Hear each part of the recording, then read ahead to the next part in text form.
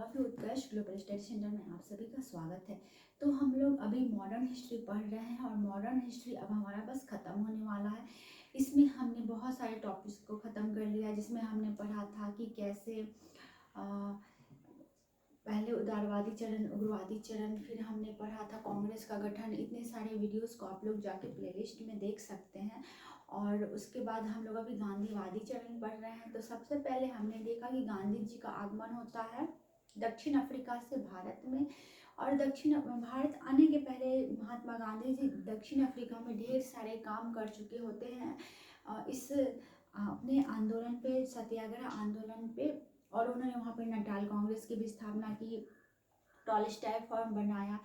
ढेर सारे काम करने के बाद जब वो भारत आते हैं 9 जनवरी को, तब उस दिन को हम लोग प्रवासी दिवस के रूप में मनाते हैं। और उसके बाद गांधी जी 2 साल का टाइम लगाते हैं यहाँ पे देखने समझने के लिए कि आखिर भारत में चल क्या रहा है। उसके बाद वो अपना सबसे पहला चंपारण सत्याग्रह करते हैं। सबसे प्रथम सत्याग्रह चंपारण सत्याग्रह, राजकुमार शुक्ला जी ने उनको आमंत्रित किया था चंपारण के किसानों की स्थिति को देखने के लिए।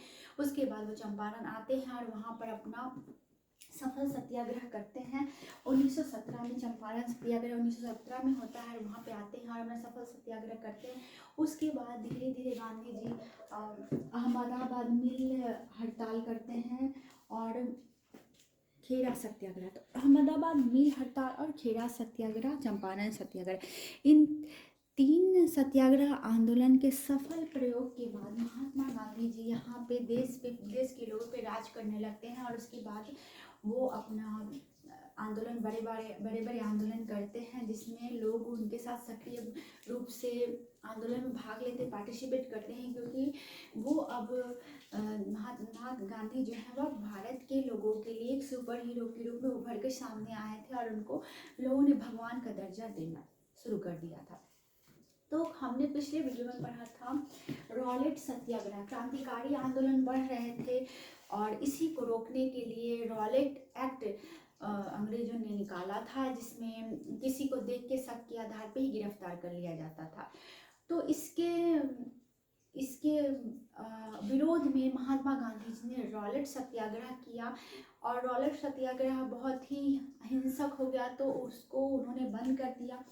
फिर इसी आंदोलन के क्रम में सैफुद्दीन किचलुई और 2 नेता जो थे, यहाँ पे हम लोग देखेंगे सैफुद्दीन किचलुई और डॉक्टर सत्यपाल, जो कि बड़े नेता थे, जो हिंदू मुस्लिम एकता के लिए प्रदर्शन कर रहे थे। इन दोनों को गिरफ्तार कर लिया गया और जेल में डाल दिया गया। उसके बाद इनको पंजाब से बाहर ले जाया जा रहा था, जिसका लोग विरोध कर रहे थे। इसी के बाद हम लोग पढ़ेंगे कि इनके विरोध में क्या होता है, कैसे होता है, और जालियांवाला बाग हत्याकांड होती है। और फिर उसके बाद यहाँ पे हम लोग देखेंगे हंटर कमीशन का गठन किया जाता है कि इसमें कौन कौन दोषी हैं। तो चलिए आज का हमारा टॉपिक है जालियांवाला बाग, जिसके पिछले हिस्से को हम लोग आगे बढ़ाते हैं।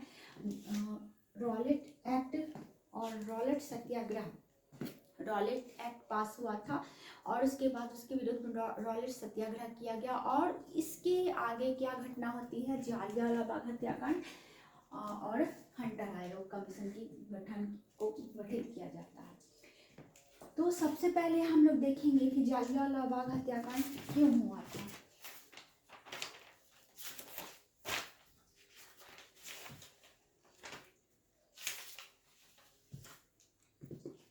तो जालियांवाला बाग हमारा 13 अप्रैल 1919 को हुआ था। चलिए शुरू करते हैं।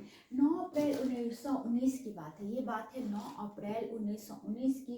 2 राष्ट्रवादी नेता सैफुद्दीन किचलुई और डॉक्टर सत्यपाल को गिरफ्तार किया जाता है। 9 अप्रैल 1919 को 2 नेताओं को गिरफ्तार किया जाता है। इसका नाम याद रखना है, सैफुद्दीन किचलुई और डॉक्टर सत्यपाल।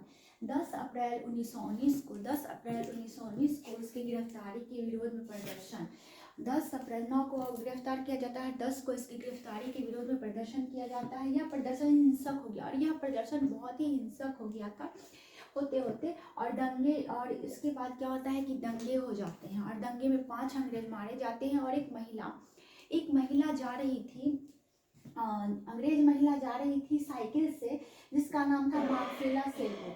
उसको रोक करके पीटा जाता है यहाँ पे। तो अंग्रेज भी बहुत आक्रोशित हो जाते हैं और यह घटना पूरी की पूरी हिंसक हो जाती है। और उसके बाद पूरे पंजाब में मार्शल लॉ लग जाता है। इस घटना के बाद पूरे पंजाब में मार्शल लॉ लग जाता है।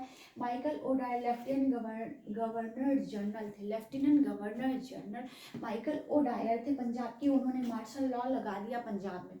उसके बाद इस पूरी घटना को रोकने के लिए और इसके कौन कौन से दोषी हैं, इस रोकथाम के लिए मार्शल लॉ को पूरे पंजाब में लागू करने के लिए सैनिक कमांडर जनरल रेजिनॉल्ड डायर को हायर किया गया। तो Michael O'Dwyer lieutenant governor general थे और जनरल रेजिनॉल्ड डायर जो थे वो सैनिक कमांडर थे। 13 अप्रैल 1919 को एक जनरल रेजिनॉल्ड डायर 13 अप्रैल 1919 को एक घोषणा करते हैं कि लोग जिनके पास होगा वही घर से बाहर निकले और 3 लोग से ज़्यादा एकत्रित नहीं हो और सभा जुलूस नहीं निकालना है। तो ये घोषणा होती है, लेकिन इस घोषणा को पूरे तरह से फैलाया और प्रचार नहीं किया जाता है, लोगों को पता भी नहीं था। ये घोषणा रेजिनॉल्ड डायर के पास निकल के वहीं तक सिमट के रह गई, उनके सैनिकों को पता चला बस, और उन लोगों को खासा पता नहीं चला, इन्होंने बताया ही नहीं लोगों को अच्छे से। तो क्या होता है, अब तो लोगों को पता नहीं था कि हमें एकत्रित नहीं होना है। तो 13 अप्रैल 1919 को ही 13 अप्रैल 1919 को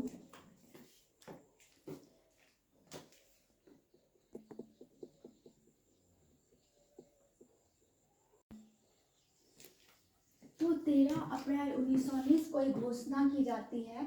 और उसके बाद 13 अप्रैल 1919 को वैसाखी का दिन था, और वैसाखी के दिन लोग जो है वो जालियांवाला बाग में इकट्ठा होते हैं। वैसाखी के दिन जालियांवाला बाग में इकट्ठा होते हैं और उसके बाद वो एकत्रित होकर के अपना वैसाखी मना रहे थे। और यहाँ पे लोग एकत्रित होकर के योजना भी बना रहे थे, योजनाएं पारित की जा रही थी कि यहाँ पे ये 13 अप्रैल 1919 को लोग जालियांवाला बाग में वैसाखी मनाने के लिए एकत्रित थे। साथ ही नेताओं की गिरफ्तारी पर भी चर्चा हो रही थी। इस चर्चा में 2 प्रस्ताव पारित हुए, रॉलेट अधिनियम की समाप्ति और 10 अप्रैल की गोलीबारी की निंदा।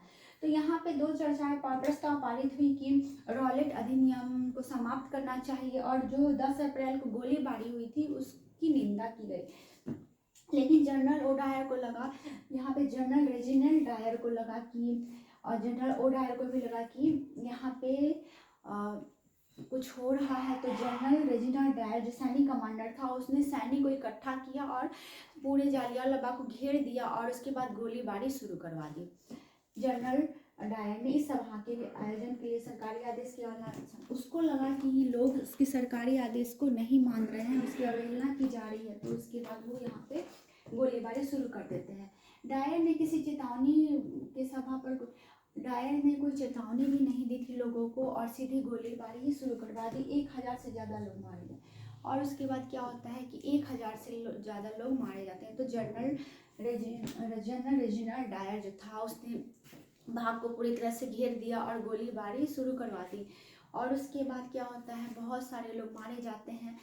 बताया जाता है कि 300 कुछ लोग मारे गए हैं सरकारी आंकड़ों के अनुसार, लेकिन आंकड़ा 1000 से भी ऊपर था। यहाँ पे बच्चे, बूढ़े, महिलाएं, युवा सभी की मृत्यु हुई थी और इस 1000 से ज़्यादा लोग मारे गए थे। और ये बहुत ही दर्दनाक घटना थी।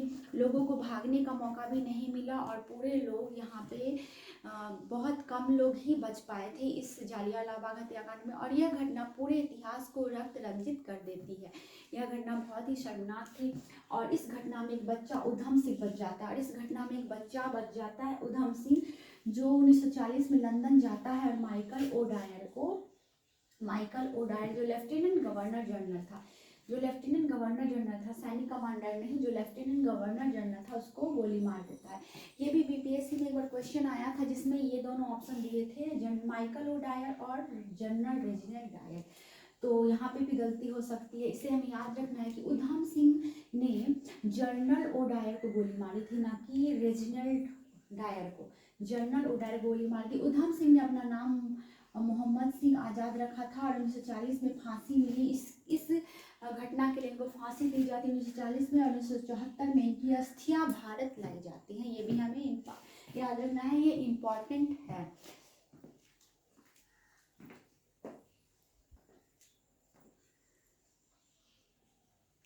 तो फिर जालियांवाला बाग जब घटित हो जाता है तो इस घटना के बाद रविन्द्रनाथ टैगोर नाइटहुड की उपाधि वापस कर देते हैं। रविन्द्रनाथ टैगोर नाइटहुड की उपाधि वापस कर देते हैं। शंकरन नायर वायसराय की कार्यकारी परिषद से इस्तीफा दे देते हैं। सीएम एंड्रूज दीनबंधु जानबूझकर की गई हत्या कहते हैं इसको। और मांटेग्यू भारत के राज सचिव थे, निवारक हत्या के। मांटेग्यू ने भारत के राज सचिव जो थे उन्होंने निवारक हत्या की संज्ञा दी। डेविड कैमरॉन पीएम थे। ब्रिटिश इतिहास की सबसे शर्मनाक घटना, जो ब्रिटेन के पीएम थे डेविड कैमरॉन, इस वक्त उन्होंने ब्रिटिश इतिहास की सबसे शर्मनाक घटना के नाम से इसको संबोधित किया। तो ये था जालियांवाला बाग हत्याकांड, जो कि 13 अप्रैल 1919 को वैसाखी के दिन हुआ था। वैसाखी के दिन लोग एकत्रित थे, तो इसको जनरल रेजिनाल्ड डायर को लगा कि लोग यहाँ पे उनकी आदेश की अवहेलना कर रहे हैं, तो क्या होता है यहाँ पे गोलियां चलवा देते हैं। उसके बाद जब ये पूरी घटना हो जाती है, जालियांवाला बाग हत्याकांड हो जाता है, लोग इसमें मारे जाते हैं, तब जांच समिति का गठन किया जाता है। जांच समिति का गठन किया जाता है जिसमें कि ब्रिटिश जांच समिति का नाम हंटर कमीशन था और कांग्रेस, भारत की तरफ से कांग्रेस जांच कर रही थी। तो ब्रिटिश जांच समिति में देखेंगे हम लोग सदस्य कौन था। 8 सदस्य थे जिसमें 5 अंग्रेज थे और 3 भारतीय। ब्रिटिश की तरफ से हंटर कमीशन जो बैठाया गया था जालियांवाला बाग हत्याकांड के लिए, उसमें सदस्य थे 8, अंग्रेज 5 और भारतीय 3। चिमनलाल सीतलवाड़ साहबजादा सुल्तान खान जगत नारायण, चिमनलाल सीतलवाड़ साहबजादा सुल्तान खान और जगत नारायण 3 इसके सदस्य थे। 3 भारतीय सदस्य थे और 8 सदस्य टोटल थे इसमें, जिसमें अंग्रेज 5 और भारतीय 3। 1920 में रिपोर्ट आती है जिसमें कहा गया कि थोड़ा ज़्यादा बल का प्रयोग किया गया। तो हंटर कमीशन जो बनता है उसमें सदस्य 8 थे, अंग्रेज 5 और भारतीय 3। चिमनलाल सीतलवाड़ साहबजादा सुल्तान खान और जगत नारायण इसके 3 भारतीय सदस्य थे, बाकी अंग्रेज थे। और 1920 में रिपोर्ट आती है जिसमें कहा जाता है कि थोड़ा ज़्यादा बल का प्रयोग किया गया। उसके बाद कांग्रेस की तरफ से जो कमेटी गठित की जाती है उसके अध्यक्ष थे मदन मोहन मालवीय। सदस्य इसमें गांधी जी स्वयं ने इन्होंने रिपोर्ट तैयार किया था। इसके सदस्य थे गांधी जी और इन्होंने स्वयं रिपोर्ट तैयार किया था। और इसके और सदस्य थे CR दास, मोतीलाल नेहरू, प्रफुल्ल जयकर और तैयब जी। तो ये इनके सदस्य थे कांग्रेस की तरफ से जांच कमेटी के, जिसमें गांधी जी ने रिपोर्ट तैयार किया था और अनुशंसा की गई थी कि हंटर कमीशन की आलोचना, इसमें हंटर कमीशन की आलोचना की गई थी कि इसने सही तरीके से जांच ही नहीं किया। इसने ऐसा दिखाया कि यहाँ पे जो सैनिक कमांडर जनरल रेजिनाल्ड डायर और माइकल ओडायर है वो बिल्कुल सही है। और यहाँ पे जनरल ओडायर को यहाँ पे ब्रिटेन में बहुत सारे इनाम दिए जाते हैं। ब्रिटिश संसद ने 3 उपाधियाँ भी दी थी इसको कि ब्रिटेन का शेर है, ये ब्रिटिश साम्राज्य का रक्षक है। 2600 पाउंड इनाम मिला। तलवार उपहार, ऑनर के रूप में तलवार उपहार दिया गया जनरल ओडायर को ब्रिटिश संसद की तरफ से। तो हंटर कमीशन ने सही तरीके से जांच ही नहीं किया था। और इसमें जनरल ओडायर ने एक अपना भाषण भी दिया था जिसमें उसने बताया था, गवाही दी थी कि भीड़ बहुत एकत्रित हो गए थे इसलिए ये करना जरूरी था और उनको बचाना मेरा काम नहीं था, उनको सहायता देना मेरा काम नहीं था, इसलिए मैंने उनकी सहायता ली नहीं। उसके बाद कांग्रेस का जो ये था उसमें अनुशंसा की जाती है कि डायर को कृत का जिम्मेदार माना, मारे गए परिवार के लोगों को नौकरी और आर्थिक सहायता दी जानी चाहिए। तो मारे गए लोगों को आर्थिक सहायता दी जानी चाहिए, नौकरी, पेंशन ये सब दी जानी चाहिए। और यहाँ पे भारत का जांच समिति कांग्रेस की तरफ से था और ब्रिटिश का हंटर कमीशन था जो कि जांच सही तरीके से नहीं करता है। और जनरल ओडायर को ब्रिटेन में बहुत सारी उपाधियाँ इनाम देता है इस घटना को करने के लिए। तो ये हमारा था जालियांवाला बाग हत्याकांड, एक बहुत बड़ी रक्त रंजित घटना भारतीय इतिहास की, जो कि हमें बहुत दुख पहुंचाएगी जब हम इसको पढ़ेंगे, क्योंकि ऐसा होना नहीं चाहिए था लेकिन ऐसा हुआ। तो इसका आप लोग नोट्स बना लीजिए या मेरे टेलीग्राम चैनल उत्कर्ष गुरुकुल स्टडी सेंटर के टेलीग्राम चैनल पे जाके ज्वाइन कर सकते हैं, या फिर आप कम्युनिटी में इसका पोस्ट भी देख सकते हैं, या फिर मेरे चैनल को ज्वाइन करके आप अपनी तैयारी को बेस्ट कर सकते हैं। तो अगर वीडियो पसंद आता है तो please like and subscribe. Video को देखने के लिए बहुत बहुत धन्यवाद। और फिर वीडियो को यहाँ पे ख़त्म करती हूँ और कल मिलती हूँ नए वीडियो में गांधी जी का अगला जो हमारा है टॉपिक, और फिर उसके बाद कल हम लोग पढ़ेंगे खिलाफत आंदोलन। तो तब तक के लिए वीडियो को यहीं पे ख़त्म करती हूँ। Thank you.